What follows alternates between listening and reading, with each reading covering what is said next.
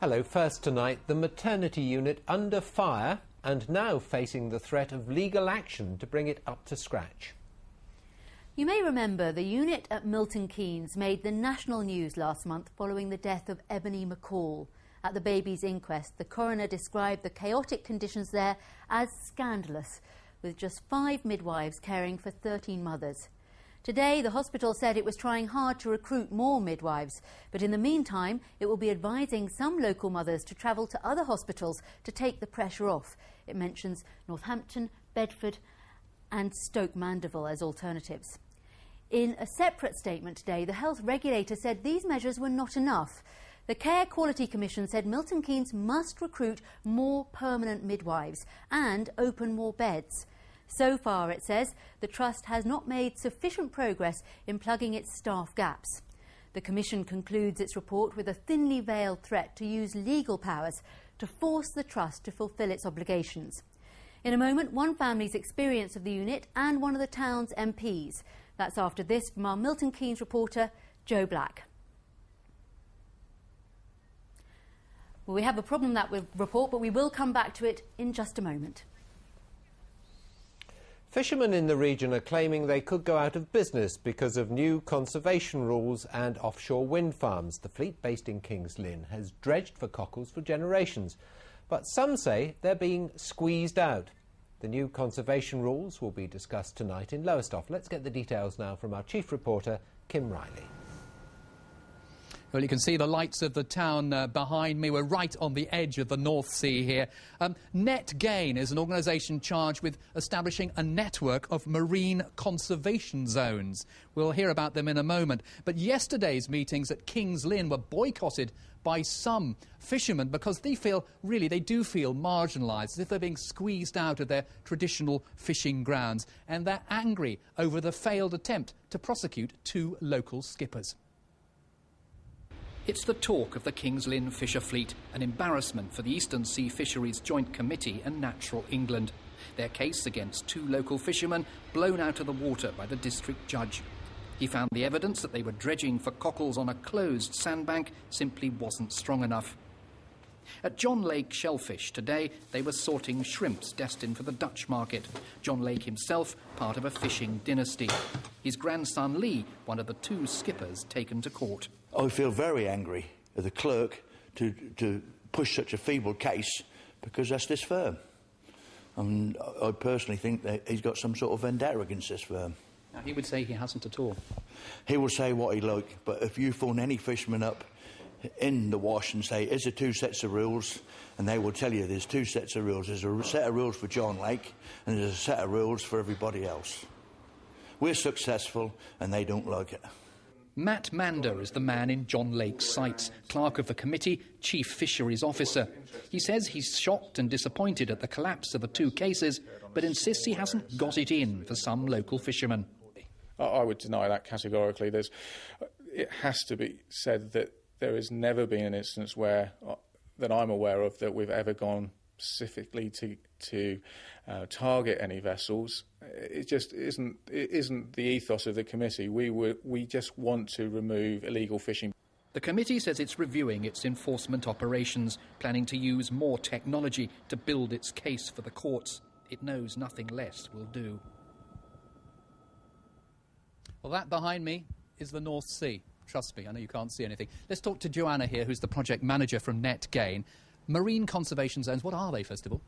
Marine conservation zones are a new designation which are coming in under the Marine and Coastal Access Act, and they aim to protect nationally important marine habitats and wildlife. So what we're really looking to do is to protect a little bit of everything that's out there in the sea. So it's not just about fishing, is it? It's not all about fishing, and you want to hear from everybody, really? That's precisely right, yes. We do need to speak to the fishermen, but we need to speak to everybody who has an interest in the sea. Our process is different to the traditional way of planning marine protected areas. We're turning it on its head. So from the start, we're wanting to work with people who have an interest in the sea, whether that's through their livelihoods or through their recreational activities, and we're actually asking them to work together to decide where marine conservation zones should be placed. And you've had some good turnout to the meetings today. But do you want people still to contact you? Absolutely, yes. This is just the start of the process.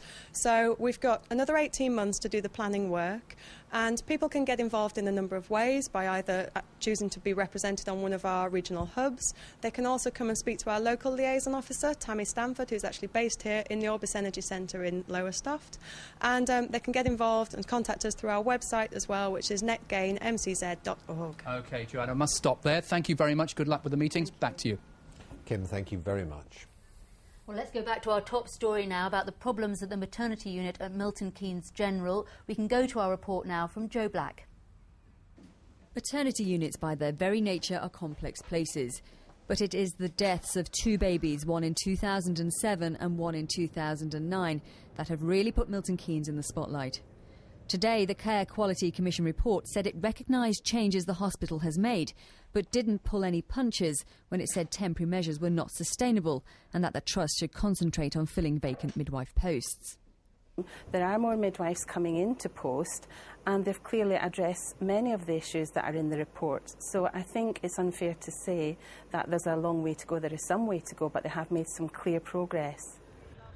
Progress there may be, but Jill Hope, a Lib Dem parliamentary hopeful for Milton Keynes, claims midwives she knows have spoken of terribly low morale. If the unit is one that midwives don't want to go and work in, then quite frankly the hospital senior management has got to say, right, totally new team of people running this unit, totally new way of running it. Let's say to people who want to come here, OK, we've got it wrong in the past, we are changing. But they've got to do something radical, they really have. Last year saw 4,000 babies born at Milton Keynes Hospital, 300 more than it can cope with. The Primary Care Trust says it has increased funding by over £500,000 to ensure higher standards, but then also told us pregnant women should consider going to neighbouring areas while changes are put in place. There are ways we can monitor the quality of care, and to do with the ratio of numbers of midwives to numbers of women delivering there and babies being born, and also the ratio of midwives to a woman actively in labour as well. So those are some of the quality standards that we ask the hospital to make sure happen, and that we would expect our money, the funding, to go towards delivering those. Tonight the hospital would not be interviewed, but in a statement it said, strenuous efforts continue to be made by the Trust to recruit additional midwives. We are fully committed, it said, to consistently delivering the highest standard of care, and we are working hard to drive forward improvements. But for now, there are still 21 vacant posts here, and with Milton Keynes being one of the fastest growing areas in the UK, people here want changes, and they want them fast. Joe Black, BBC Look East. Well, joining us now from just outside Milton Keynes is Darren White with his girlfriend Kelly and baby daughter Madeline, and from Westminster, the MP for Milton Keynes South West, Dr Phyllis Starkey. First of all, Darren, congratulations on the birth of Madeline, but I know it wasn't all plain sailing. Can you just tell us about your experience? Yeah, basically she started having contractions Wednesday night. Thursday morning we rung the maternity ward and we let them know that her contractions were coming every 3 to 4 minutes, and that she was in a lot of pain, and she was advised to have a long hot bath, and she had a long hot bath and they told her to take a couple of paracetamol. A couple of hours later I rang up again because she had been sick.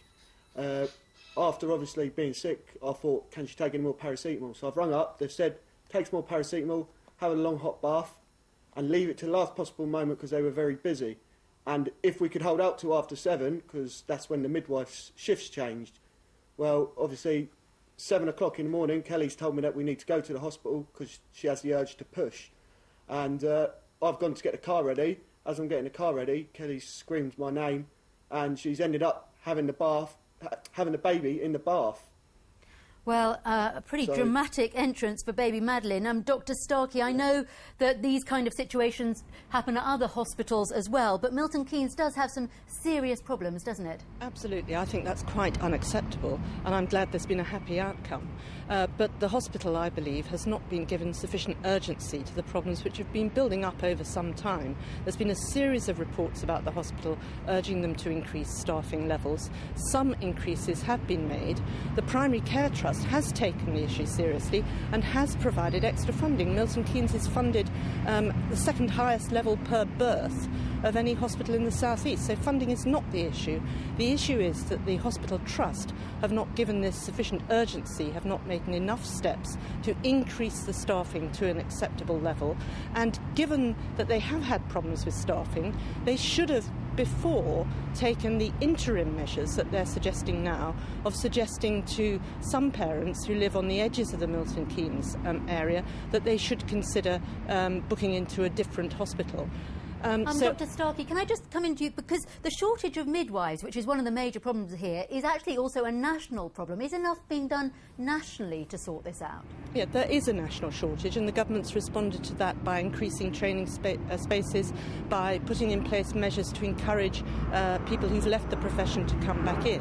I accept that there are problems in recruiting, but the situation that's occurred at present at Milton Keynes has not crept up on the hospital. It has been developing over time.